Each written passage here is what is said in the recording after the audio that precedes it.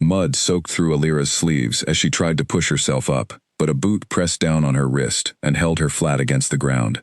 Around her, laughter rose in sharp waves, cutting through the cold morning air of the stable yard. Grain from a torn feed sack clung to her hair and shoulders, and the smell of it mixed with the wet earth beneath her. "Look at her," Sabine said, standing over Alira with her arms crossed and a smile that did not reach her eyes. "The stable girl finally matches the animals she takes care of." The women beside Sabine laughed harder. Brenna, tall and sharp-featured, kicked a clump of mud toward Alira's face, missing by inches. Talia, the youngest of the group, filmed the moment on a small device, her thumb tapping the screen with excitement rather than shame. Alira did not answer. She had learned long ago that silence was safer than words. Any reply, no matter how calm, would only give them another reason to continue. She stared at the ground instead, waiting for the boot on her wrist to lift, waiting for the moment to pass the way every other moment like this had passed. But it did not lift right away. "Say something," Sabine said, crouching down so her face was close to Alira's.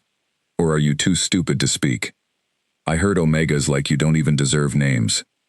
A murmur ran through the small crowd that had gathered near the fence. Stable hands, guards on their morning rounds, and a few servants from the main house had stopped to watch, none of them stepping forward to help. In this pack, rank meant everything, and Alira had none. She was an omega without a family line, without a protector, and without any right to expect fairness from those above her.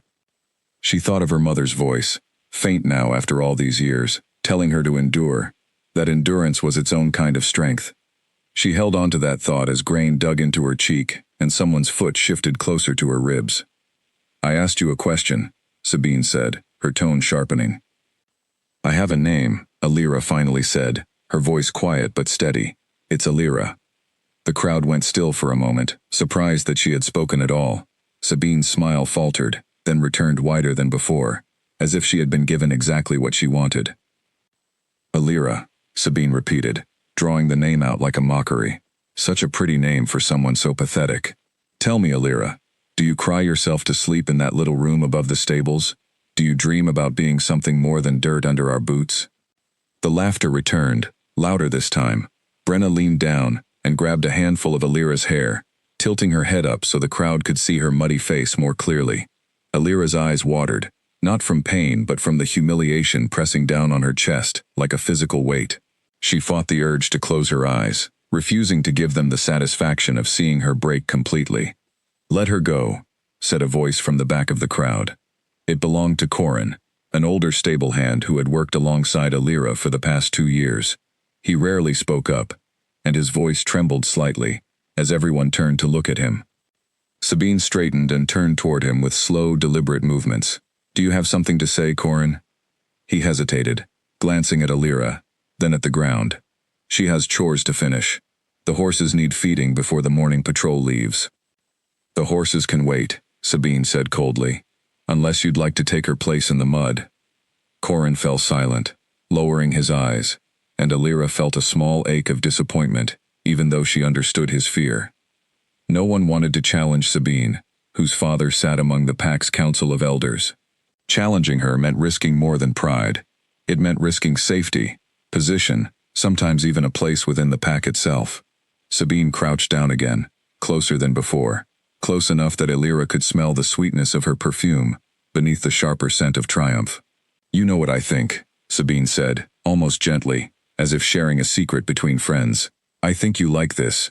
I think you've gotten used to being nothing, so it doesn't even bother you anymore. That's almost sad."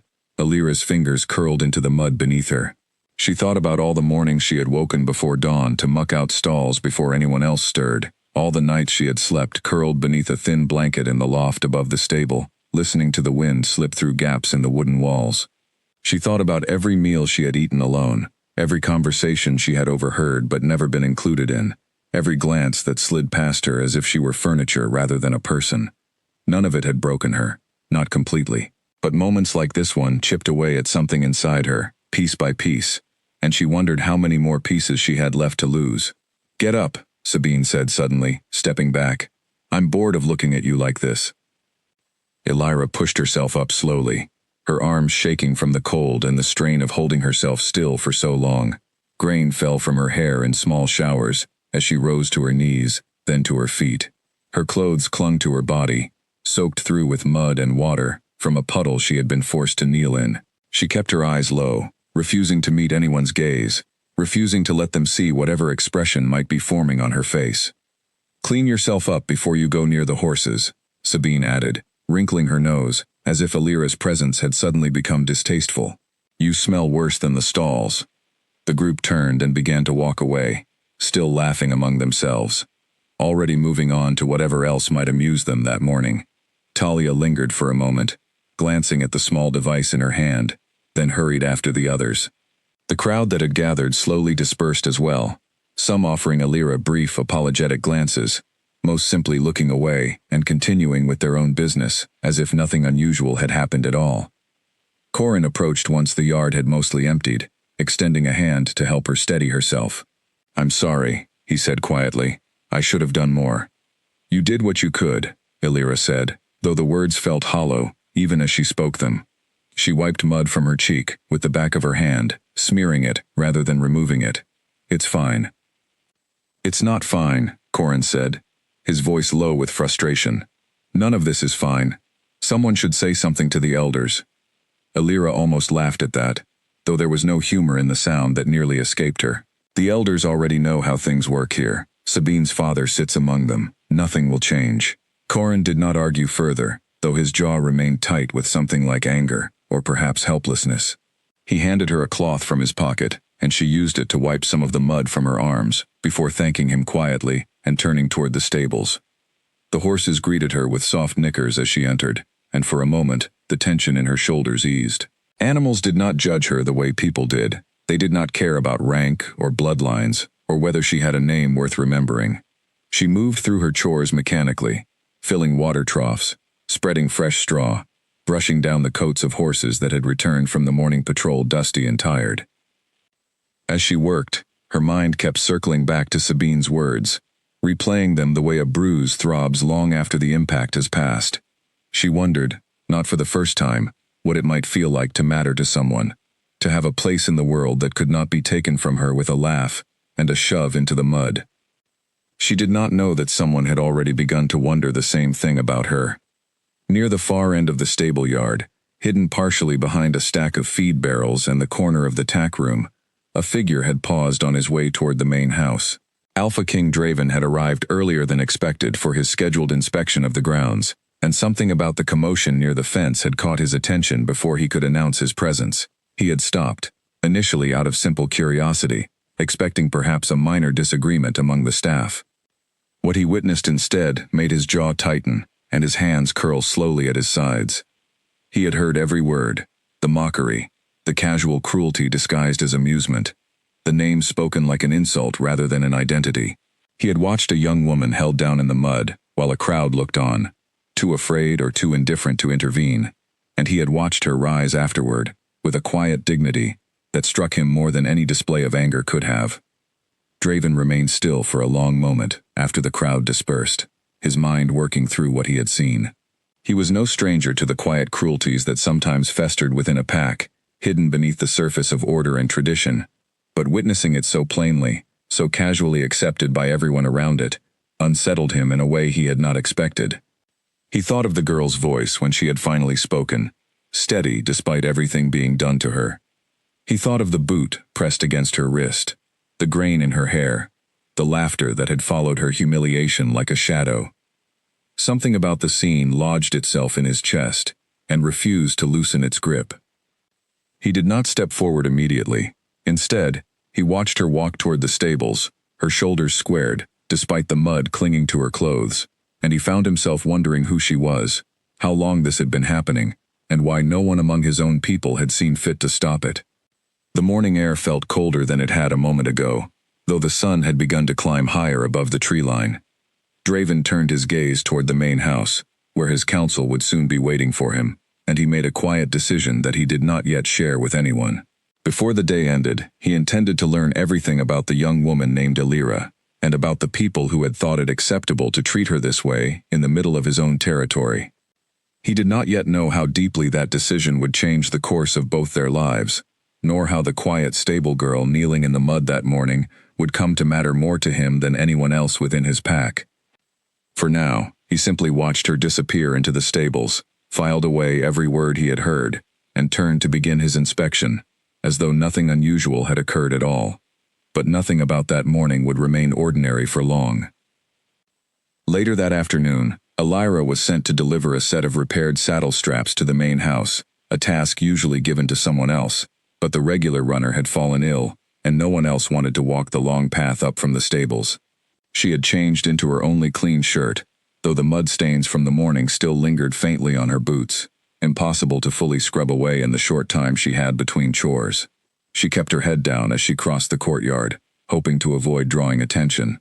The main house loomed ahead, its stone walls catching the afternoon light, its windows tall and gleaming, in a way that made Elira feel smaller, with every step closer she took. She had been inside only a handful of times in her life, always for brief errands, always eager to leave before anyone noticed her presence for too long. As she reached the side entrance near the kitchens, she heard voices drifting from an open window above, and her steps slowed without her meaning them to. She recognized Sabine's voice immediately, light and confident, carrying easily through the warm afternoon air. It was nothing serious, Sabine was saying to someone Elira could not see. Just a little fun. The stable girl needed reminding of her place, that's all. She's been getting a bit too comfortable lately, speaking when she shouldn't. Elira froze near the wall, her fingers tightening around the leather straps in her arms. She should have kept walking, should have delivered her errand and returned to the stables without lingering to listen. But something about hearing herself discussed so casually rooted her to the spot. "Your father won't be pleased if word of this reaches the council," another voice replied, calm and measured. Elira did not recognize it immediately, though something about its tone suggested authority rather than gossip. Sabine laughed softly. "My father won't hear about it unless someone makes a fuss over nothing. Besides, who would even report something like this? The girl has no one, no family, no rank, no voice that matters. It's practically tradition at this point." The calm voice did not respond right away, and in the silence that followed, Elira felt a chill crawl across her skin despite the warmth of the afternoon. She realized, with a growing sense of unease, that she had no idea who Sabine was speaking with, and the uncertainty of it made her want to retreat before she was discovered eavesdropping. She took a careful step back, intending to circle around to a different entrance, when the side door swung open suddenly, and she found herself face to face with the very person she had been trying to avoid encountering directly.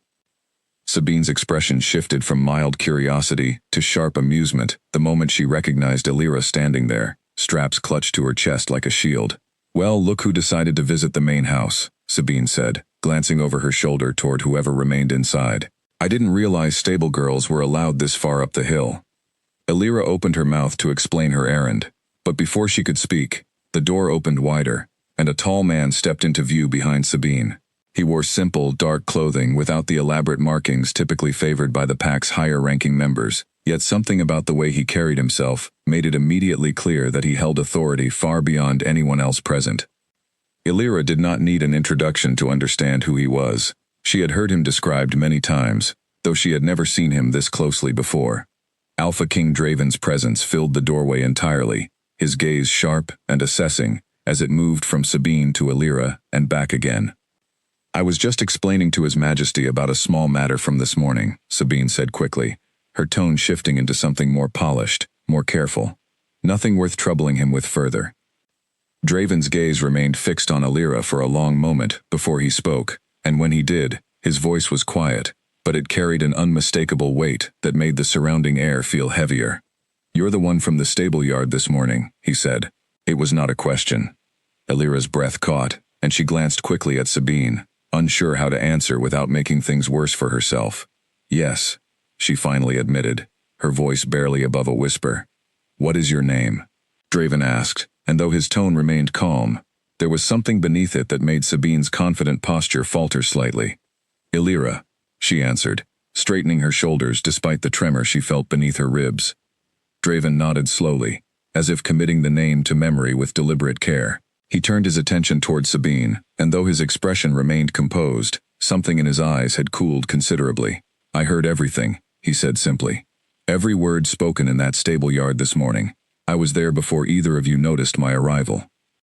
Sabine's face paled visibly, the confident smile she had been wearing slipping away entirely. "Your Majesty, You said this was tradition," Draven continued, cutting through her attempt at explanation with a calm that felt more unsettling than anger might have.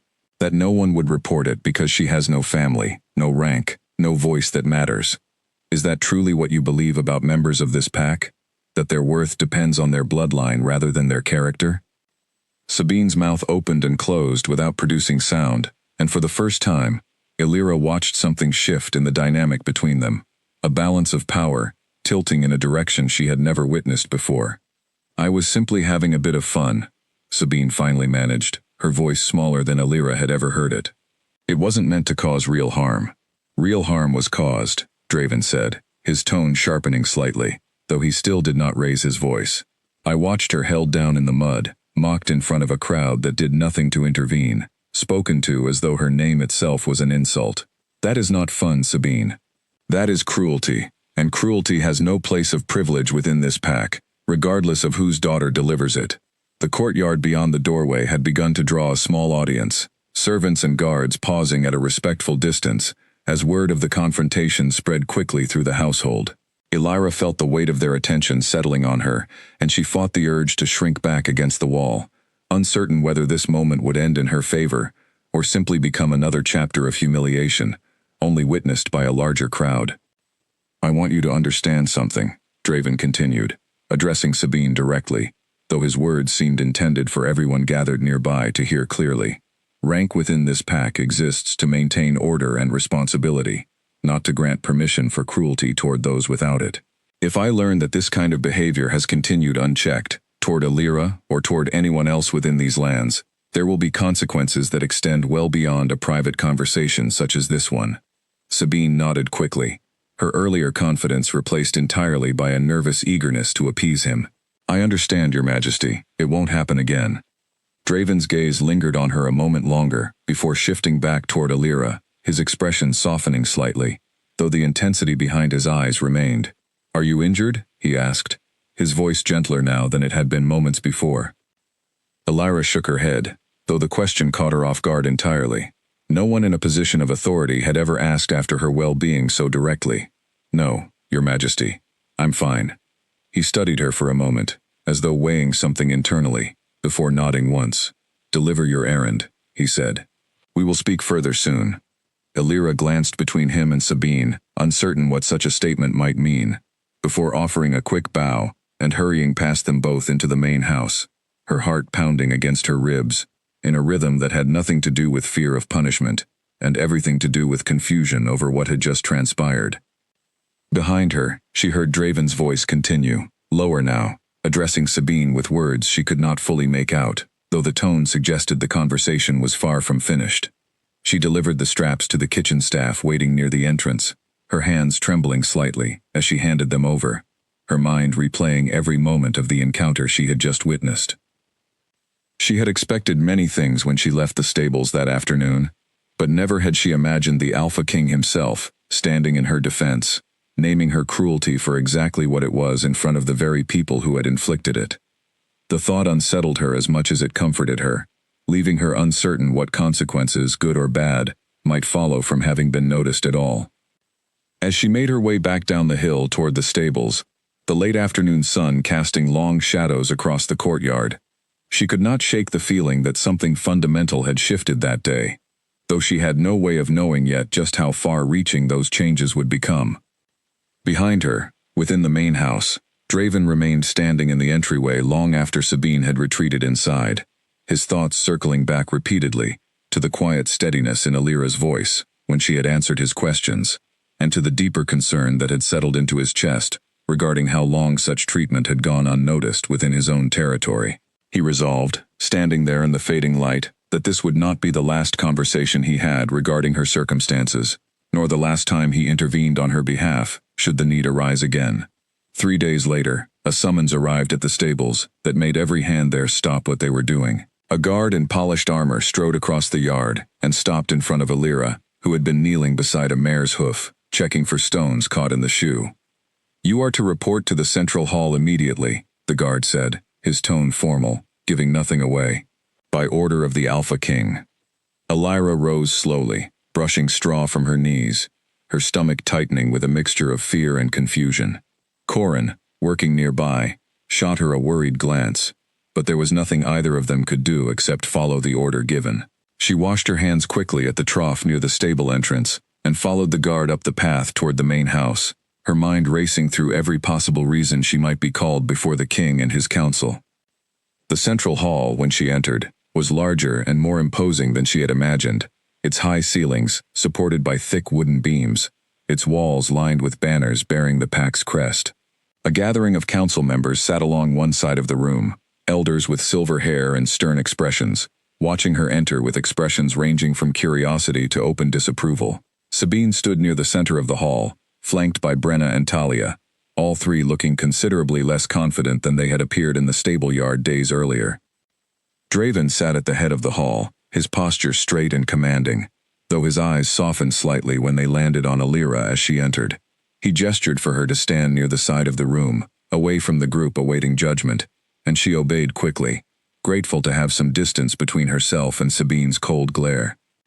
"We are gathered today," Draven began, his voice carrying easily through the hall without need for raising, "to address an incident that occurred in the stable yard several mornings ago. I witnessed this incident myself, in full, and I have since gathered further testimony from those who observed it as well." An elder with a thin, gray beard leaned forward slightly, addressing Draven with evident concern. "Your Majesty, surely a matter between staff members does not require the full attention of the council." "It requires attention," Draven replied evenly, "because it reveals something deeper about how members of this pack treat one another, when they believe no consequences will follow. Rank should never grant permission for cruelty, and I intend to make certain that lesson is understood clearly by everyone present today." He turned his attention toward Sabine, whose father sat among the council members, his expression tight, with barely restrained tension. "Sabine, daughter of Councilman Halden, you led an act of public humiliation against Elira, a member of this pack under my protection, as much as any other. You held her down, mocked her lack of rank and family, and encouraged others to do the same, all while a crowd gathered and did nothing to stop it." Sabine's chin trembled slightly, though she managed to keep her composure better than she had during their encounter at the main house. "Your Majesty, I understand my actions were wrong. I have already apologized." "An apology addresses one moment," Draven said. "It does not undo years of similar treatment that I have since learned was far more common than I previously realized. I have spoken with several members of the stable staff over these past few days, and what I have learned troubles me greatly." Elira's eyes widened slightly at this, surprised to learn that Draven had continued investigating beyond their single encounter. She had not realized the extent of what he had been doing during the days since, quietly gathering information, speaking with people she worked alongside daily, building a picture of circumstances she had long ago accepted as simply the way things were. "For your role in this incident," Draven continued, addressing Sabine directly, "you will be stripped of your standing invitation to council gatherings for a period of 6 months. You will additionally spend that time assisting directly within the stables, performing the same duties Elira and others perform daily, so that you might better understand the value of work you have previously dismissed as beneath consideration." A ripple of surprise moved through the gathered council members, and Councilman Halden's face flushed with a mixture of embarrassment and barely contained anger, though he said nothing in protest, understanding perhaps that any objection might only worsen matters for his daughter. Draven turned next toward Brenna and Talia, addressing each of them with similar consequences scaled to their involvement, restrictions on privileges, and additional duties meant to instill a lesson that words alone had failed to teach previously. Both women accepted their judgments with quiet, chastened expressions, casting occasional glances toward Elira that carried something closer to genuine shame than the mockery she had grown accustomed to receiving from them. Once the judgments had been delivered, Draven addressed the wider gathering, his voice carrying a firmness that silenced any remaining murmurs among the council. "I want it understood clearly, by everyone within this pack, that treatment such as what Elira endured will not be tolerated moving forward, regardless of rank or family standing. Every member of this pack contributes to its strength, whether through leadership, through labor, or through quiet service that often goes unnoticed. I intend to notice it moving forward, and I expect all of you to do the same." The council members nodded in solemn agreement, though Alira could sense an undercurrent of discomfort among some of them, unaccustomed to having their traditional hierarchies challenged so directly. She remained near the side of the hall, uncertain whether she was meant to speak or simply observe, until Draven's gaze shifted toward her once more. "Alira," he said, and the entire hall seemed to hold its breath at the informality with which he addressed her, using her name without title or hesitation, in front of the assembled council. "Is there anything you wish to add regarding this matter?" She hesitated, unaccustomed to being asked her opinion on anything of consequence, let alone in front of such a gathering. She glanced briefly at Sabine, whose eyes had lowered to the floor, then back toward Draven, gathering her courage before speaking. "I only wish to return to my duties, Your Majesty. I don't seek further punishment for anyone. I only hope that things might be different going forward." Draven studied her for a long moment, something like quiet respect flickering across his features. "That is a more generous request than many would offer in your position," he said. "Your wish will be honored, though I intend to ensure the changes made today extend beyond this single conversation." The council meeting concluded shortly afterward, the gathered members dispersing slowly, some pausing to offer Alira brief nods of acknowledgement she had never received from them before. Sabine left without meeting her eyes again, though something about her posture had changed, deflated in a way that suggested the lesson, however uncomfortable, had genuinely landed. As the hall emptied, Draven remained near the front, watching Alira as she prepared to leave as well. "Wait," he said, and she paused near the doorway, turning back toward him uncertainly. "Your Majesty? I have been considering something these past few days," he said, moving closer, though maintaining a respectful distance between them. "The stables have served you as a place of work, but I believe your circumstances there have limited how well the rest of the pack has come to know you. I would like to offer you a position within the main household, working closely with household matters, allowing me to personally ensure that situations such as the one from days ago do not repeat themselves." Alira blinked, caught entirely off guard by the offer. "Your Majesty, I don't understand. Why would you offer me such a position?" "Because what I witnessed troubled me deeply," he said, his tone quieter now, more personal than it had been throughout the formal proceedings, "and because I believe you deserve better than what you have experienced here. Consider it if you wish, though I understand if the sudden change feels overwhelming." Alira stood silently for a long moment, her mind racing through the implications of such an offer, uncertain whether to feel grateful or suspicious of motives she could not yet fully understand. She thought of the stables, of Corin's quiet kindness, of the horses who had never judged her for her lack of rank, and she wondered what leaving that familiar world behind might mean for someone who had spent her entire life expecting very little from those around her. "I will consider it, Your Majesty," she finally said, offering a small, uncertain bow before turning to leave the hall, her thoughts a tangled mixture of hope and hesitation that followed her the entire walk back down toward the stables, where the horses waited, unaware of how dramatically her circumstances had just begun to shift.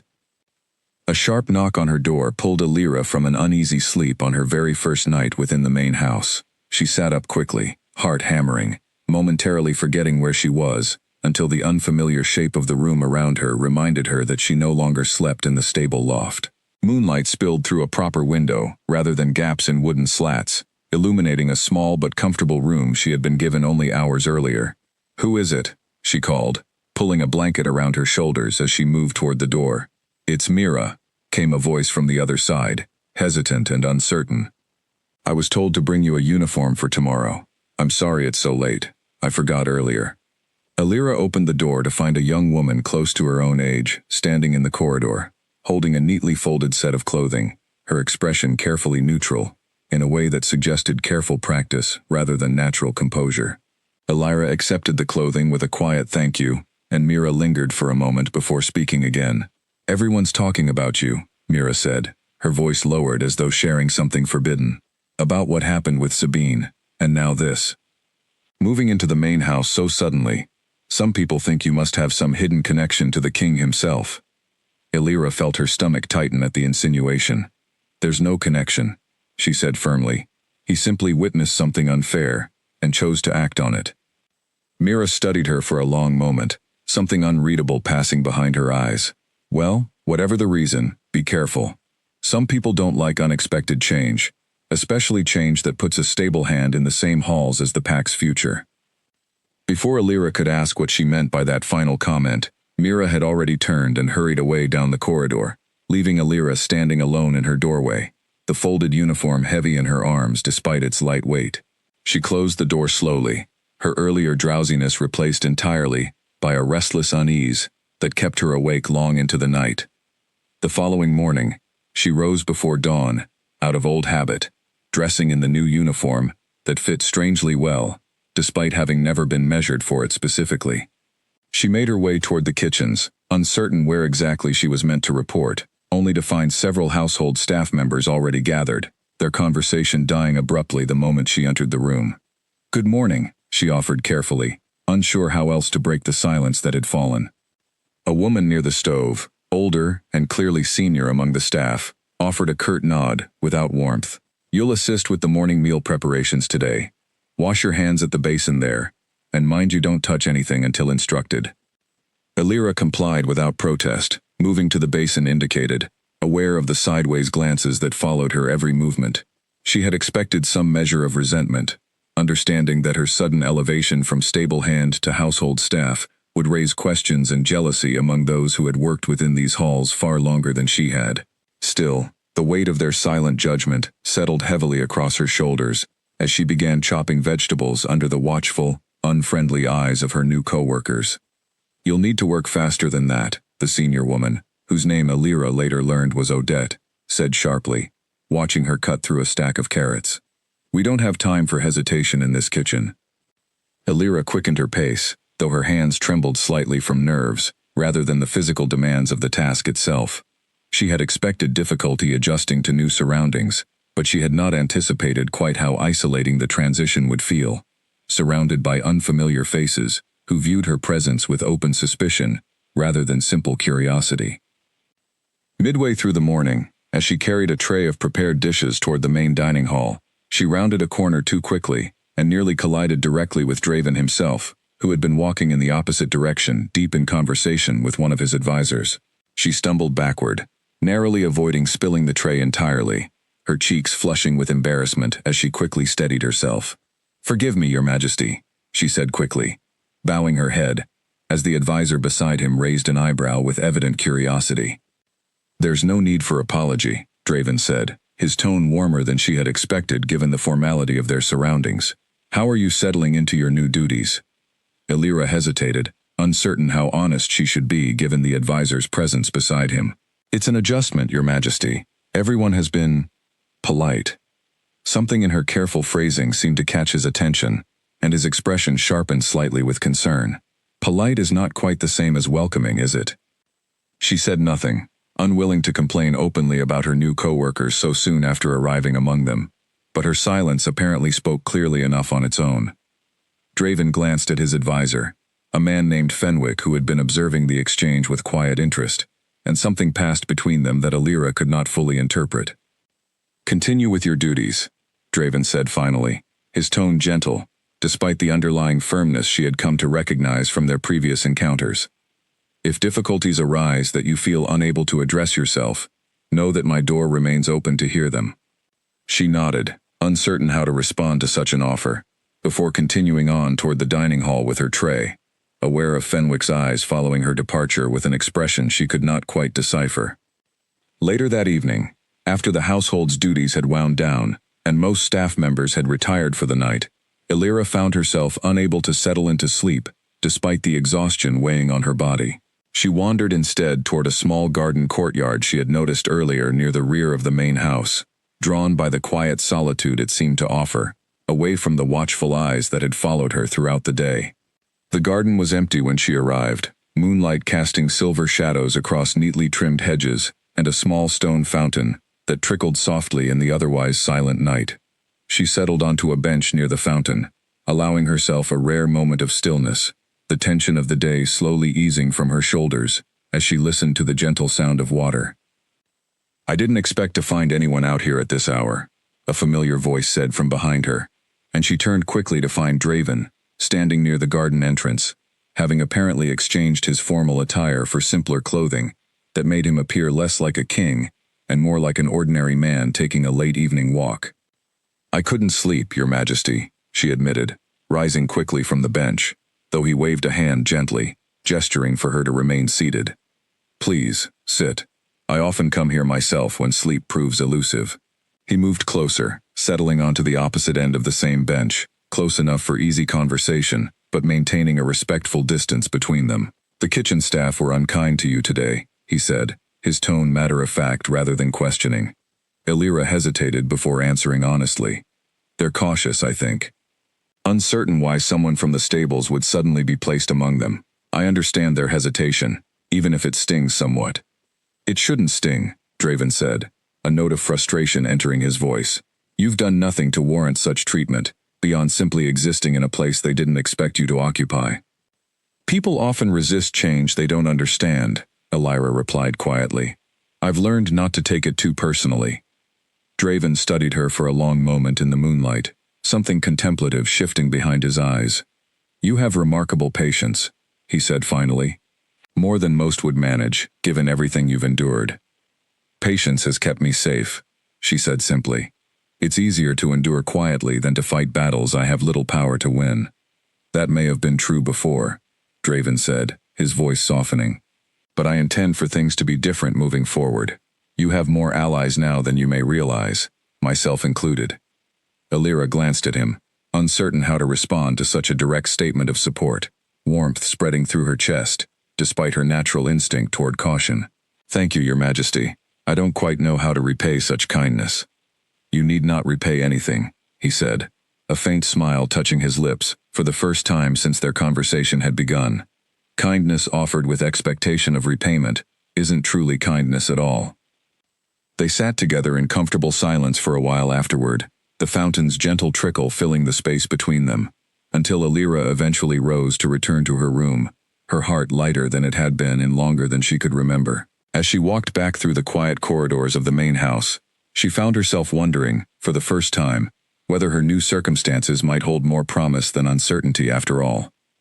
Behind her, Draven remained in the garden a while longer, his thoughts lingering on the quiet strength she carried so effortlessly, despite everything working against her, and on the growing certainty that his decision to bring her into the main house had been the right one, regardless of whatever complications might follow from it. Smoke curled from the edge of a curtain when Illyra rounded the corner into the small sitting room she had been assigned to tidy that morning, and she froze for half a second, before rushing forward, grabbing a nearby pitcher of water, and dousing the smoldering fabric, before the flame could spread further. Her hands shook as she inspected the damage, the acrid smell of burnt cloth filling the room, and her mind raced to understand how a candle left carelessly near the curtain could have caused such a thing when she was certain she had extinguished every flame in the room the previous evening. She knelt beside the scorched curtain, examining it closely, and her stomach dropped when she noticed something that made her breath catch. The candle responsible sat far closer to the curtain than any reasonable person would have placed it, deliberately positioned in a way that suggested intention rather than accident. Someone had wanted this to happen. What happened here? Odette's sharp voice cut through the room as she entered, her eyes widening at the sight of the damaged curtain and the puddle of water spreading across the floor. I found it like this, Illyra said quickly, rising to her feet. The candle was placed too close to the fabric. I don't understand how it happened. I checked every room myself last night before retiring. Odette's expression hardened with suspicion, her gaze sweeping over Illyra with an intensity that made the younger woman's chest tighten uncomfortably. This is a serious matter. Damage to the king's private quarters could have resulted in far worse than a scorched curtain. I would never endanger this household, Illyra protested, her voice rising slightly with the beginnings of panic. I've been nothing but careful since arriving here. And yet here we are, Odette said coldly. With fire damage in a room you were solely responsible for maintaining. Word of the incident spread quickly through the household staff, and by midday, Illyra found herself the subject of hushed conversations that stopped abruptly whenever she entered a room. She continued her duties as best she could, though the weight of suspicion pressed heavily against her chest, reminding her uncomfortably of the isolation she had endured back in the stable yard, only now compounded by an accusation she could not easily disprove. Mira found her later that afternoon in a quiet corridor, glancing nervously over her shoulder before speaking. I don't think you did this, she said quietly. But I overheard something you should know. Talia was seen near that wing of the house, early this morning, before anyone else had risen. She had no reason to be there. Alira's pulse quickened at this information. Do you think she's involved? I don't know for certain, Mira admitted, but it seems suspicious, especially given everything that happened before you moved here. Sabine's punishment hasn't exactly made her friends forgive you. Alira considered this carefully, weighing whether to bring such an accusation forward without solid proof, uncertain whether doing so might only worsen her already precarious position among the household staff. She decided instead to gather more information quietly, before speaking to anyone in authority, unwilling to risk further backlash without something concrete to support her suspicions. That evening, as the household prepared for the evening meal, a summons arrived requesting Alira's presence in Draven's private study, and her stomach twisted with anxiety as she made her way there, uncertain whether this meeting would result in her dismissal from the position she had only just begun to grow comfortable within. Draven stood near a window when she entered, his expression grave as he turned to face her. I've heard about the fire, he said without preamble. Tell me exactly what you found.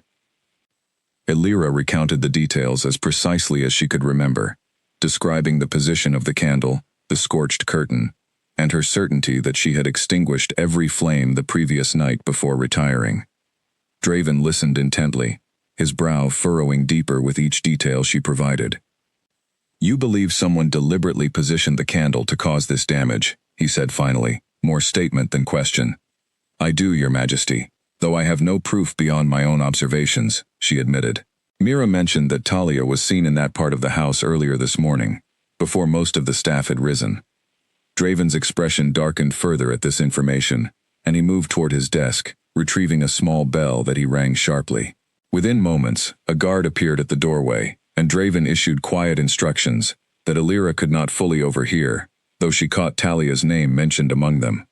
I will not allow this matter to be dismissed as coincidence, Draven said, turning back toward Alira once the guard had departed. If someone within this household has attempted to harm you or damage my property in an effort to cast blame upon you, I intend to uncover the truth swiftly. I don't wish to cause further trouble, Alira said softly, though gratitude for his immediate belief in her innocence warmed something deep within her chest. I only want to continue my work, without suspicion, following me everywhere I go. You deserve exactly that, Draven said firmly, and I intend to ensure you receive it. Within the hour, the guard returned with Talia in tow, her expression pale and nervous, as she was brought before Draven in his study. Alira remained near the corner of the room, uncertain whether her presence was meant to continue, or if she should excuse herself, though Draven made no move to dismiss her. Talia, Draven said, his voice cool and measured, you were seen near the private wing of this house early this morning, in an area where you have no assigned duties. Explain yourself.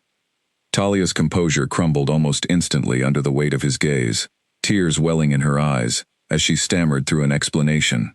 I only meant to frighten her a little, Your Majesty. I never intended for the fire to actually catch. I thought the smoke alone would be enough to make her look careless, to make people doubt her place here. Alira's chest tightened at the confirmation of what she had suspected, a mixture of vindication and disappointment settling over her at learning the extent of the resentment that had followed her from the stables into the main house. You endangered this entire household with your recklessness, Draven said, his tone hardening considerably. Had that fire spread further, the consequences could have been far more severe than a damaged curtain. This behavior will not be tolerated. Talia's punishment was swift and severe, extending well beyond what Sabine and Brenna had received previously, given the deliberate danger involved rather than simple public humiliation. She was dismissed from her position within the pack entirely, sent to serve a probationary period among a distant outpost far from the comforts of the main territory, a consequence that left her sobbing quietly as guards escorted her from the study. Once she had been removed, Draven turned back toward Alira, his expression softening considerably from the sternness he had displayed moments before. I am sorry this happened, he said. I had hoped bringing you into the main house would offer you greater safety, not additional danger. You couldn't have predicted this, Alira said gently, and you addressed it swiftly once it came to light. That matters more than you might realize. Draven studied her for a long moment, something warm and unfamiliar passing behind his eyes. I find myself increasingly concerned for your well-being, he admitted quietly. More than I might have expected, given how recently we've come to know one another. Alira felt her cheeks warm at this admission, uncertain how to respond to such an unexpected vulnerability from someone of his position. I appreciate your concern, Your Majesty, more than I can properly express. Perhaps, he said, a faint smile touching his lips. You might simply call me Draven, when we speak privately such as this. The formality feels unnecessary between us now. She hesitated, the informality of such a request carrying implications she was not entirely certain how to navigate, before nodding slowly. Draven then, thank you, for everything you've done today. He walked her to the door of his study, and as she departed, she felt the weight of the day's events settling into something unexpectedly hopeful, despite the danger she had narrowly avoided. The household staff would need time to fully trust her, she understood, but with Draven's continued support, she began to believe that perhaps she might find genuine belonging within these walls after all, rather than the isolation she had grown so accustomed to enduring. A visiting merchant nearly dropped his entire crate of goods when Alira reached forward to steady a wobbling stack of pottery, her sleeve slipping back just enough to reveal a small, crescent-shaped mark on her inner wrist. The merchant's eyes widened, his weathered face draining of color, as he stared at the mark with an intensity that made Alira instinctively pull her sleeve back down, uncertain why such a simple gesture had provoked such a dramatic reaction. Where did you get that mark?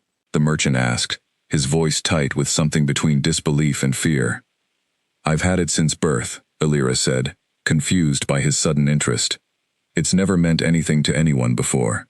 The merchant continued staring at her, his hands trembling slightly as he gathered his remaining goods. Forgive me, he said quickly. I mistook you for someone else. A trick of the light, perhaps. He hurried away before Alira could ask further questions, leaving her standing in the courtyard with a strange unease settling over her that she could not quite name. She had always known about the mark, a small crescent shape just below her wrist that her mother had once told her was simply a birthmark, nothing more significant than that. But the merchant's reaction suggested something entirely different, something that made her chest tighten with questions she had never thought to ask before. She mentioned the encounter to Draven later that evening, as they had fallen into a habit of sharing quiet conversation in the garden courtyard after the household had settled for the night.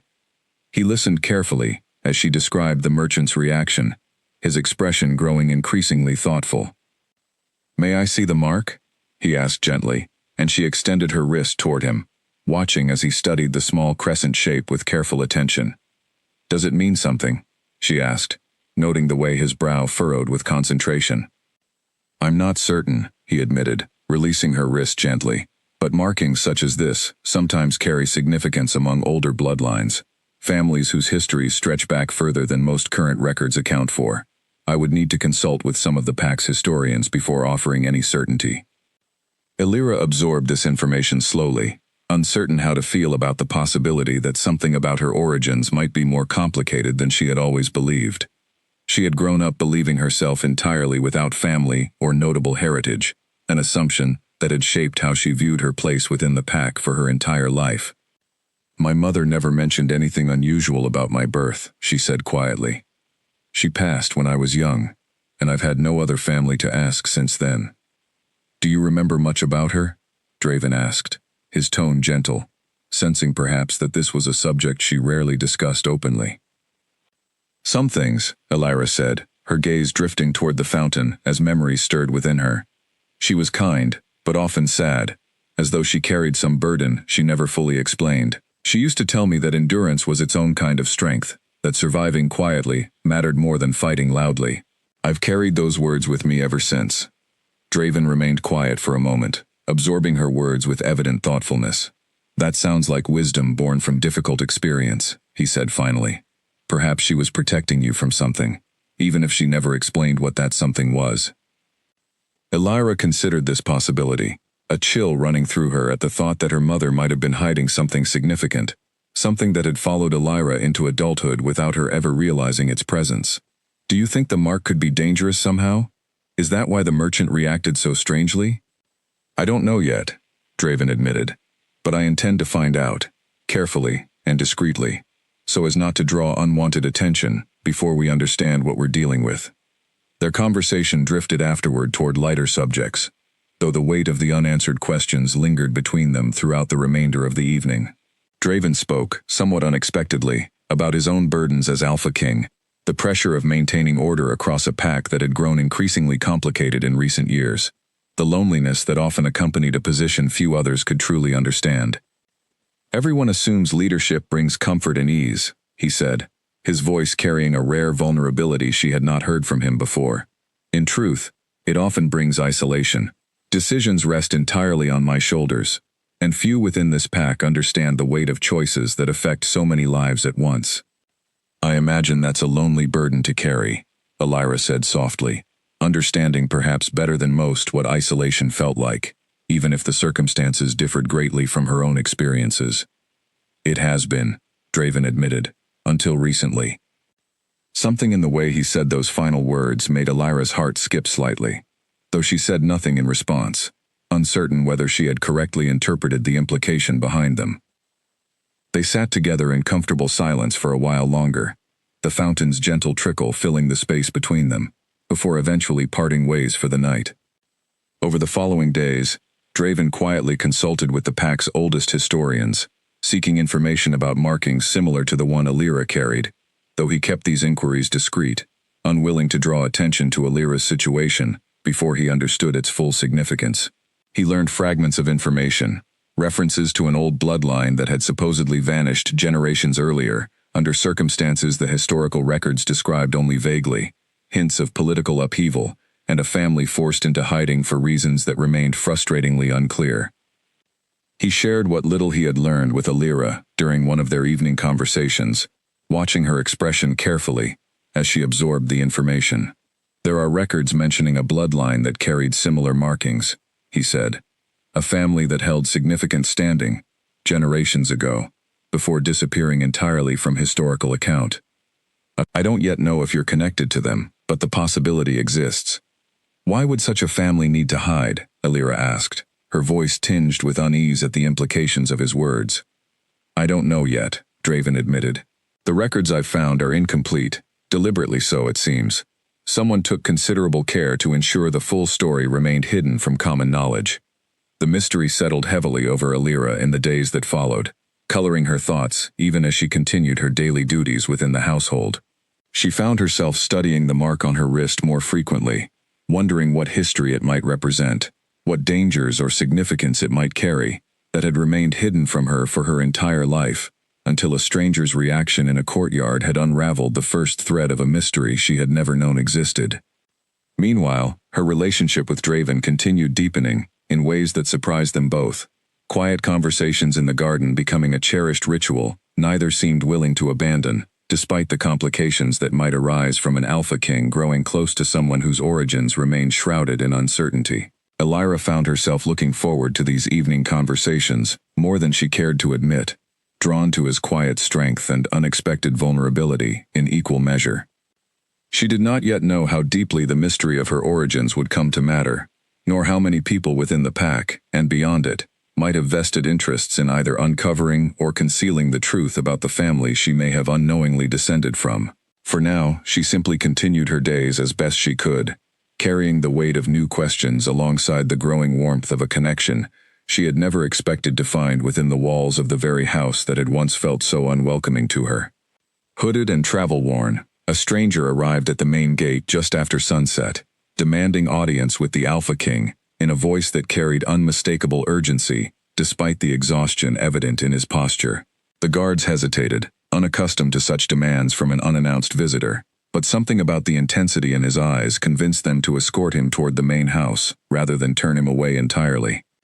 Elira happened to be crossing the main hall when the stranger was brought inside, and she paused instinctively as his gaze landed on her, widening with the same startled recognition the merchant had displayed weeks earlier. He said nothing immediately, though his eyes tracked the movement of her sleeve as she adjusted it self-consciously, aware that the mark on her wrist remained partially visible. "You," he said quietly, his voice carrying a mixture of disbelief and something closer to reverence. "You bear the mark of the Ashwood line." The name meant nothing to Elira, though the certainty in his voice sent a chill through her chest. Before she could respond, A guard ushered him onward toward Draven's study, and she found herself standing frozen in the hallway, her heart pounding with questions that seemed to multiply with each passing moment. She waited nearly an hour before a servant summoned her to join Draven in his study, and she entered to find the stranger seated across from him, his hood lowered now to reveal an older man with weathered features and eyes that studied her with unsettling intensity the moment she stepped through the doorway. "Alira," Draven said, gesturing for her to sit beside him. "This is Garrick, a messenger from a neutral territory, bordering our lands. He has information regarding the mark you carry."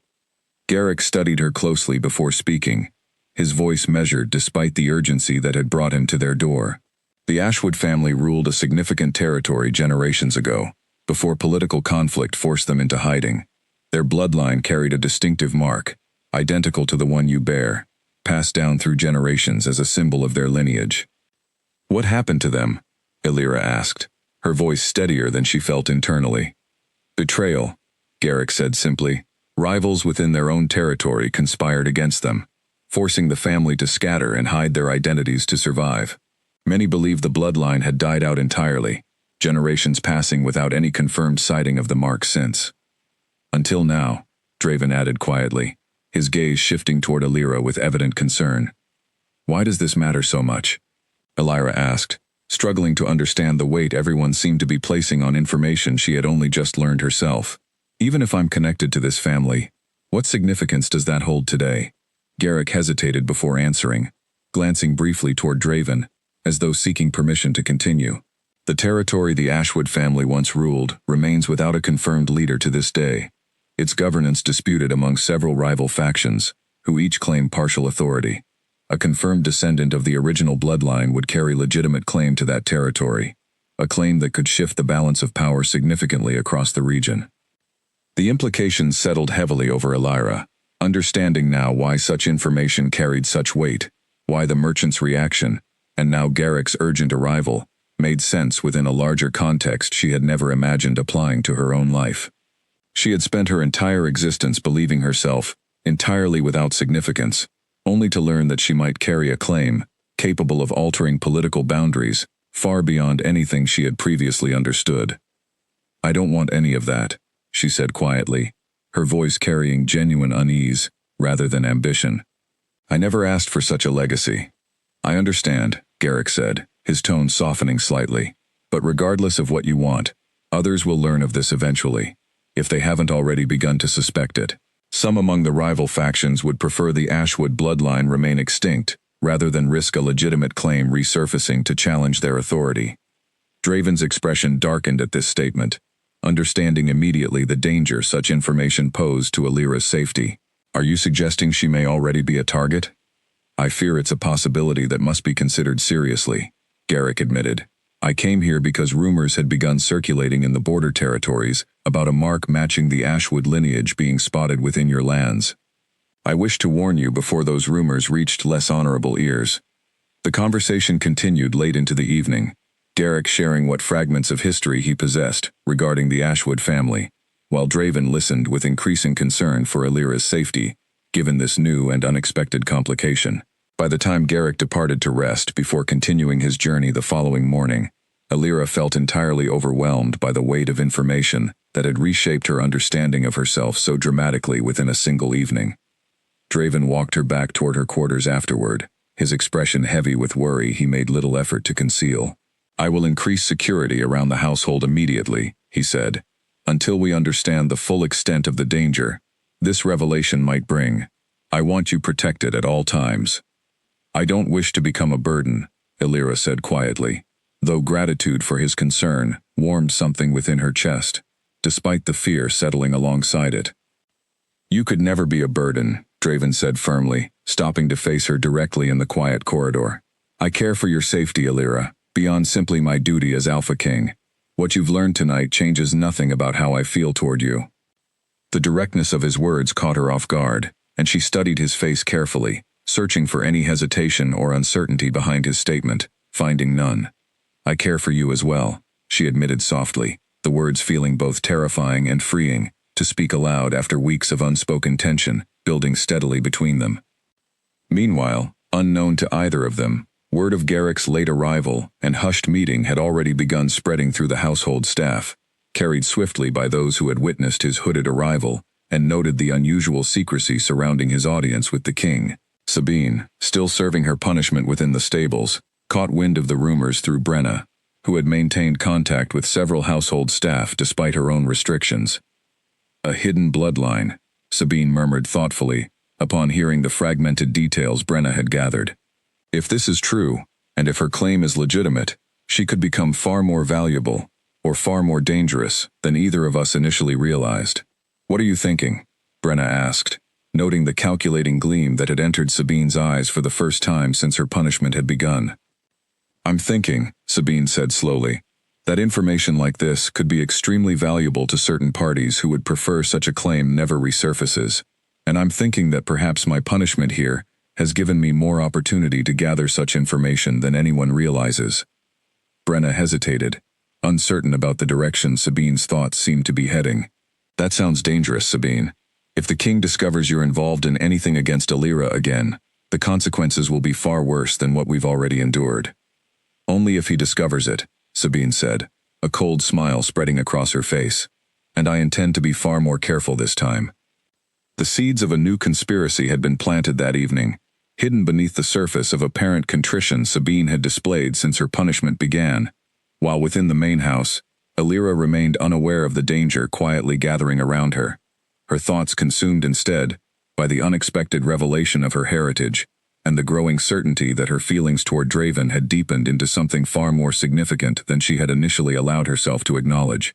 A gloved hand clamped over Alira's mouth from behind as she carried a basket of linens through a shadowed passage connecting the laundry quarters to the main house, the sudden assault jolting adrenaline through her body before she even had a chance to cry out. She dropped the basket instantly, driving her elbow backward into her attacker's ribs with as much force as she could muster, buying herself half a second to twist free from his grip. Grab her, a second voice hissed from further down the passage, and Alira's heart lurched as she realized more than one person had been waiting for her in the narrow corridor she had walked through countless times without incident. She turned to run back toward the laundry quarters, but a third figure blocked her path, forcing her to change direction abruptly. She stumbled sideways into a side corridor she barely recognized, her mind racing through the layout of the house, searching desperately for any route that might lead toward help before her attackers closed the distance between them. "Someone help me!" She finally managed to scream, her voice echoing through the stone corridor as footsteps pounded closer behind her. A hand closed around her arm just as she reached a junction in the passage, yanking her backward with enough force to knock the breath from her lungs. She twisted violently, managing to break free once more, though the effort left her stumbling, off balance, precious seconds slipping away as her attackers regrouped for another attempt. Alira, Draven's voice thundered through the corridor, and relief flooded through her chest at the sound, though she had no time to respond before her nearest attacker lunged forward again, forcing her to duck sideways to avoid his grasp. Draven arrived within moments, his transformation into his wolf form happening so quickly that Alira barely registered the shift before he was already moving, powerful and swift, intercepting the attacker closest to her with a force that sent the man crashing into the stone wall. The remaining two attackers hesitated, clearly unprepared for the king's rapid intervention, exchanging uncertain glances before one of them lunged toward Alira in a desperate final attempt to seize her before reinforcements could arrive. Draven moved faster, positioning himself between Alira and her attacker with a growl that reverberated through the narrow passage, his presence alone enough to make the remaining assailants reconsider their approach. Guards arrived moments later, drawn by the commotion, quickly overwhelming the attackers and subduing them before they could attempt any further violence. Alira sank against the stone wall, her legs trembling from the surge of adrenaline that had carried her through the attack, watching as guards secured the three attackers and dragged them toward the main hall for questioning. Draven shifted back into his human form, rushing to her side with an urgency that betrayed how deeply the attack had shaken him as well.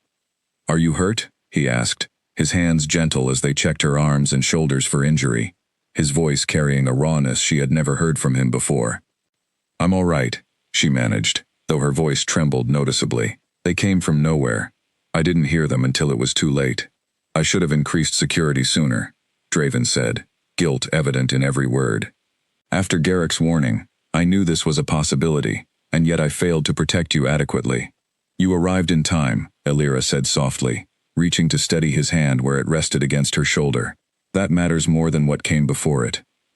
He guided her toward his study rather than her own quarters, unwilling to let her out of his immediate sight until the attackers had been thoroughly questioned and the full scope of the danger understood. Within the hour, the guards returned with information extracted from the captured attackers, and the details made Draven's expression harden with fury he made little effort to conceal. They were sent by a faction within the border territories, the lead guard reported, acting on behalf of interests who wished to ensure no legitimate claim to the Ashwood lineage ever resurfaces. They intended to capture her and remove her from your protection entirely, likely intending far worse once she was beyond our reach. Elira absorbed this information with a growing sense of horror, understanding now the true weight of danger her heritage carried, far beyond the abstract political implications Garrick had described. These were not distant concerns confined to conversation and speculation. Someone had genuinely attempted to seize her, to remove her permanently from the safety Draven had worked to provide, all because of a birthmark she had carried without significance for her entire life until recently. How did they know where to find her, and when?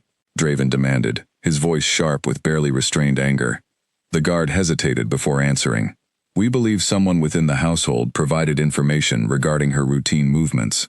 The attackers knew precisely which passage she would travel through, and at what time.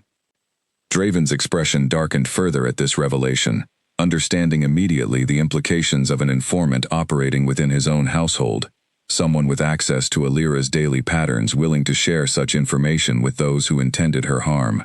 Find out who provided this information, he ordered. I want them identified before the day ends. Elira remained in his study, long into the night, as the investigation continued, her thoughts churning with fear and uncertainty regarding who among the household staff might have betrayed her trust so completely. She thought of the sideways glances and cold treatment she had endured since arriving, wondering how many people harbored resentment deep enough to participate in something so dangerous. You should rest, Draven said eventually, noticing the exhaustion evident in her posture, despite the tension that still gripped her shoulders. I've arranged for guards to remain stationed directly outside your quarters tonight, and I intend to increase security significantly moving forward, until we understand the full scope of this threat. Thank you, Elira said quietly, though sleep felt like a distant possibility given the fear still coursing through her body. I don't know how to process everything that's happened tonight. You don't need to process it alone, Draven said, moving closer, his hand finding hers gently. I intend to be here through whatever comes next, regardless of how complicated your heritage proves to be. Elira looked up at him, searching his expression for any hesitation, finding instead a steady resolve that settled some of the fear churning within her chest. I'm frightened, she admitted softly, allowing herself a rare moment of vulnerability. Not just for myself, but for what this might mean for everyone connected to me now. Fear is reasonable, given tonight's events, Draven said gently, but you are not facing this alone. I intend to ensure that whoever seeks to harm you understands clearly that doing so means confronting the full strength of this pack, and my own personal resolve alongside it. She allowed herself to lean into his steady presence for a moment, drawing comfort from his nearness, despite the uncertainty still surrounding her circumstances. As guards eventually escorted her back toward her quarters for the remainder of the night, she found herself grateful, despite everything, that fate had brought her into Draven's protection before this danger had fully revealed itself, uncertain what might have happened had she remained isolated within the stables when her hidden heritage finally came to light. Behind her, within his study, Draven remained awake long into the night, his mind working through every possible measure he might take to protect her moving forward, understanding now that the danger surrounding Elira extended far beyond simple household politics into something that threatened her life directly. He resolved, watching the moon climb higher through his study window, that he would do whatever necessary to keep her safe, regardless of what political complications her heritage might eventually bring into his own carefully balanced territory. Guards burst into the stable quarters just before dawn, their sudden arrival scattering startled horses and jolting sleeping staff awake throughout the building. Sabine sat upright in her narrow cot, her heart pounding, as torchlight flooded the small room she had been assigned since her punishment began. 3 armed guards filling the doorway with expressions that left no doubt about the seriousness of their purpose. "Sabine, daughter of Halden," the lead guard announced formally. "You are to come with us immediately, by order of the Alpha King." "What is this about?" Sabine demanded, though the tremor in her voice betrayed the fear she could not fully mask. "You will learn the details upon arrival," the guard replied curtly, gesturing for her to rise and follow without further delay. She was escorted through the pre-dawn darkness toward the main house, her mind racing through possible explanations, though dread had already begun settling deep within her chest, some instinctive part of her suspecting exactly why she had been summoned so urgently. When she was brought into Draven's study, she found Elira already present, standing near the window with an expression that mixed exhaustion with barely restrained anger, alongside Fenwick and several guards positioned throughout the room. "Sabine," Draven said, his voice cold in a way she had never experienced from him before, even during her previous judgment before the council. "Last night, Elira was attacked within these very halls by 3 individuals who intended to abduct her from my protection. We have since learned that someone within this household provided detailed information regarding her daily movements to facilitate that attack." Sabine's face paled considerably, though she attempted to maintain composure. "Your Majesty, I fail to understand what this has to do with me. One of the attackers, upon further questioning, identified you specifically as the source of that information," Draven continued, his tone hardening further. "He described a meeting arranged through intermediaries, where you provided details regarding Elira's routine in exchange for compensation." "That's a lie," Sabine protested, though her voice cracked slightly with an uncertainty that undermined her denial. "Why would I involve myself in something so dangerous?" "Perhaps you can explain then," Draven said. "Why guards discovered a hidden correspondence within your quarters, detailing arrangements with a contact claiming affiliation with border territory interests, dated several days before the attack occurred." Sabine's composure finally cracked entirely, her shoulders sagging as the weight of undeniable evidence settled over her. "I didn't know they intended to harm her," she finally admitted, tears welling in her eyes, though whether from genuine remorse or simple fear of consequence remained unclear. "I only meant to provide information. I thought perhaps they simply wished to speak with her, to verify her heritage. I never imagined they intended abduction." "You endangered her life regardless of your intentions," Draven said sharply. "Whether through malice or willful ignorance, your actions nearly resulted in catastrophe, and I intend to treat this matter with the severity it deserves." Elira watched the exchange with a complicated tangle of emotions churning within her chest. Anger at the betrayal, mixing uncomfortably with something almost like pity for the fear evident in Sabine's expression. She had never trusted Sabine, understanding the resentment that lingered beneath her forced contrition, but she had not anticipated betrayal severe enough to place her life directly at risk. "Why?"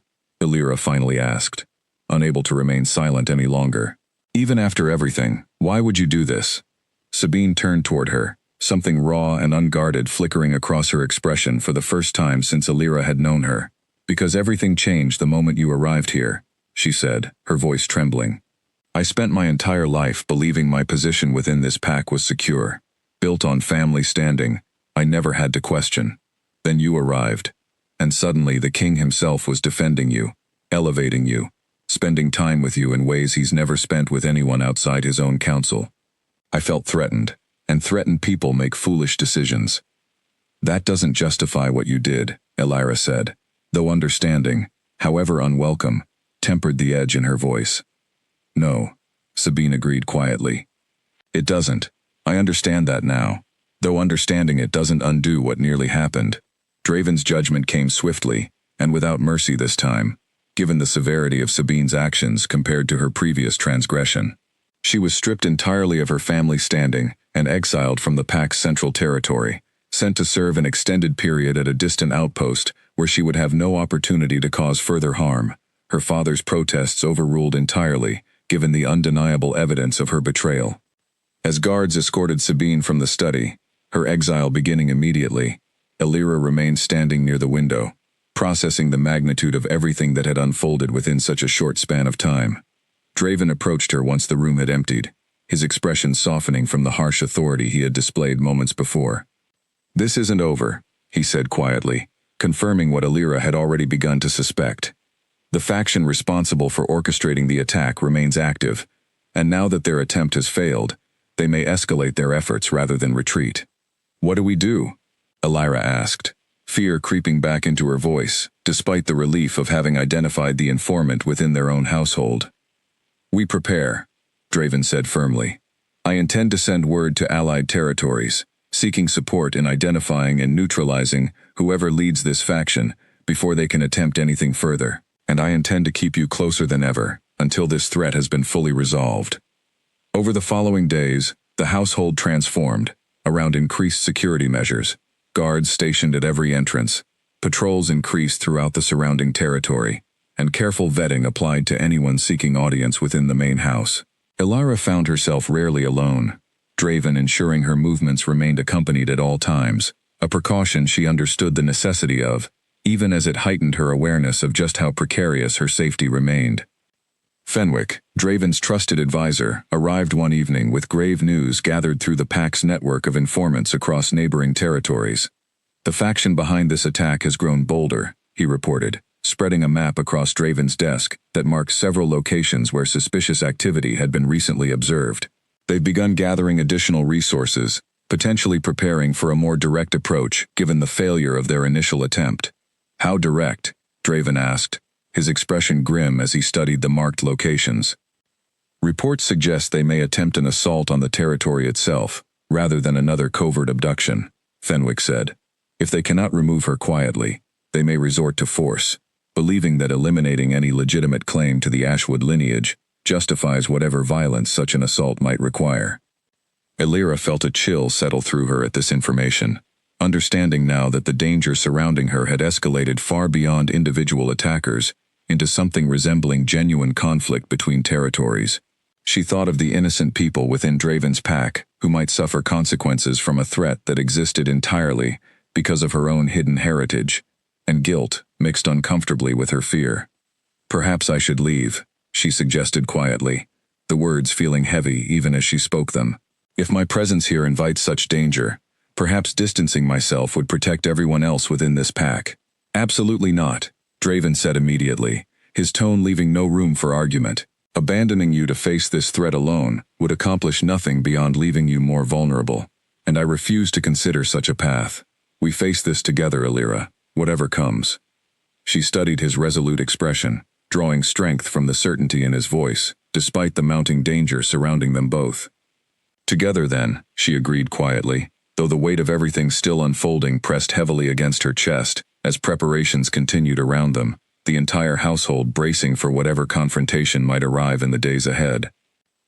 Horns blared across the territory just after midnight, the urgent sound tearing Elira from sleep as shouts and the clash of movement erupted somewhere beyond her window. She rushed to look outside and saw torches moving rapidly along the perimeter walls, guards scrambling into defensive positions as a line of armed figures emerged from the tree line beyond the outer fields, their numbers substantial enough to make her stomach drop with dread. Draven burst into her room moments later, already dressed for battle, his expression fierce with focused determination. They've come, he said simply, exactly as Fenwick warned us they might. Stay close to me. I won't have you separated during this. She followed him through the corridors as the household mobilized around them, guards moving with practiced efficiency toward their assigned positions, servants ushered toward secured interior rooms designed to protect those without combat training. Draven led her toward a fortified chamber near the heart of the main house, though his own expression made clear he did not intend to remain there himself. You're leaving to fight, she said, understanding immediately despite the fear tightening her chest. I must, he said. My pack needs its king present during this confrontation, not hidden away regardless of the danger, but I need you safe while I do what must be done. Let me help, Elira said suddenly, surprising herself with the conviction in her own voice. I won't simply hide while others fight for my sake. If this danger exists because of me, I refuse to remain passive while it unfolds. Draven studied her for a long moment, clearly torn between his instinct to protect her and respect for the resolve evident in her expression. There may be something you can do, he said finally. Garrick mentioned that confirmed descendants of the Ashwood line sometimes carry an ability tied to their bloodline, dormant until activated by genuine need. If you're willing, and if such an ability exists within you, it could prove decisive in resolving this conflict swiftly. I'm willing, Elira said without hesitation, though uncertainty about what such an ability might entail lingered beneath her determination. They made their way toward the outer walls together, guards falling into protective formation around them as the sounds of confrontation grew louder ahead. The attacking faction had begun scaling portions of the outer wall despite the pack's defensive efforts, and chaos had erupted along several sections of the perimeter as guards fought to repel the assault. A commander among the attacking faction spotted Elira as she approached the front lines beside Draven, his expression sharpening with recognition. "There she is," he shouted to his forces. "Take her, and this conflict ends immediately in our favor." Several attackers broke from their formation, charging directly toward Elira, despite the guards positioned protectively around her. Draven moved instantly, shifting into his wolf form and intercepting the nearest attacker with devastating speed, buying precious seconds as guards rallied to reinforce the defensive line surrounding her. Elira felt something stir within her chest, as fear and adrenaline mixed together, an unfamiliar warmth spreading through her veins that intensified as the danger around her escalated.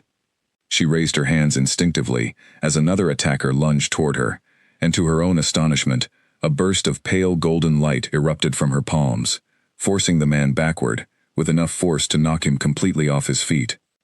The surrounding guards paused momentarily, startled by the display, before quickly refocusing on the ongoing conflict as more attackers pressed forward. Elira stared at her own hands in disbelief, understanding now that Garrick's suggestion had proven true, some dormant ability within her bloodline, finally awakening under the pressure of genuine danger. "Elira," Draven called, having dispatched his previous opponent and rushing back toward her side. "What happened?" "I don't know," she admitted, still staring at her hands. "But I think I can help." As more attackers surged toward their position, Elira focused the strange new energy building within her chest, releasing another burst of golden light that swept across a cluster of approaching enemies, disorienting them long enough for the pack's guards to overwhelm and subdue them entirely. The tide of the confrontation began shifting visibly, as her ability, still unfamiliar and unpredictable, proved decisive in repelling wave after wave of the attacking force. The commander leading the assault, watching his forces falter under this unexpected development, made a desperate final charge directly toward Elira himself, clearly intent on ending the confrontation through her removal regardless of the cost. Draven intercepted him before he could close the distance, the two clashing with fierce intensity as guards and remaining attackers continued their struggle around them. Elira watched with her heart in her throat as Draven fought the commander, drawing on reserves of both physical strength and pure determination as the battle stretched on. Eventually, Draven gained the advantage, subduing the commander with a final decisive strike that left the man incapacitated and his remaining forces scattering in retreat, understanding that their assault had failed entirely. As the chaos of battle finally settled into the quiet aftermath of victory, guards began securing the perimeter and tending to the wounded, while Draven made his way back toward Elira, exhaustion and relief mingling across his features. "You did this," he said, genuine wonder coloring his voice as he took in the scattered, defeated remnants of the attacking force. "Your ability turned the tide of this entire confrontation." "We did this together," Elira corrected gently, though pride and relief swelled within her chest at having contributed meaningfully to their shared survival, rather than remaining a passive target throughout the ordeal. In the days that followed, as the pack recovered from the confrontation and news of the failed assault spread throughout the region, Draven called together the full council to address what had transpired, and to formally acknowledge Elira's confirmed heritage before the entire gathered pack. Standing before the assembled council and household staff, many of whom had once viewed her with suspicion or outright cruelty, Elira felt a mixture of vulnerability and quiet strength as Draven began to speak. Elira has proven herself, not only through her lineage, confirmed, now beyond doubt through the ability she displayed defending this pack, but through her character, throughout every trial she has faced within these walls, Draven announced, his voice carrying clearly across the hushed hall. She endured cruelty with grace, faced betrayal with understanding, rather than vengeance, and ultimately fought alongside us to protect this pack she has every right to call her home. He turned toward her then, taking her hand gently in front of the entire assembly, his expression carrying open affection he no longer attempted to conceal. I intend to formally claim Alira, not out of obligation or political convenience, but out of genuine love that has grown between us, despite everything working against it. I ask this pact to recognize and honor that bond. A murmur of approval swept through the gathered crowd, many faces reflecting genuine warmth, rather than the skepticism Alira might have once expected. Corin, standing among the stable staff who had been invited to witness the announcement, offered her a proud, emotional smile, while even Odette, watching from among the household staff, nodded with something resembling respect. Alira looked up at Draven, her heart full with everything they had endured together to reach this moment, the mud and humiliation of the stable yard feeling impossibly distant now, compared to the strength and belonging she had found standing beside him. "I accept," she said softly, though her voice carried clearly through the silent hall, not because of any claim or lineage, but because of the man who saw my worth, long before I understood it myself. The pack erupted into genuine celebration at this declaration, the formal ceremony that followed marking not only Alira's claimed place beside Draven, but the beginning of changes that would ripple throughout the entire territory, reshaping traditions that had once permitted cruelty toward those without rank or standing. Alira, once dismissed as nothing more than a stable hand unworthy of notice, stood now beside the Alpha King as his equal, her journey from humiliation to belonging complete, her future stretching ahead full of promise she had never dared imagine possible during those cold, muddy mornings in the stable yard that had once defined her entire existence.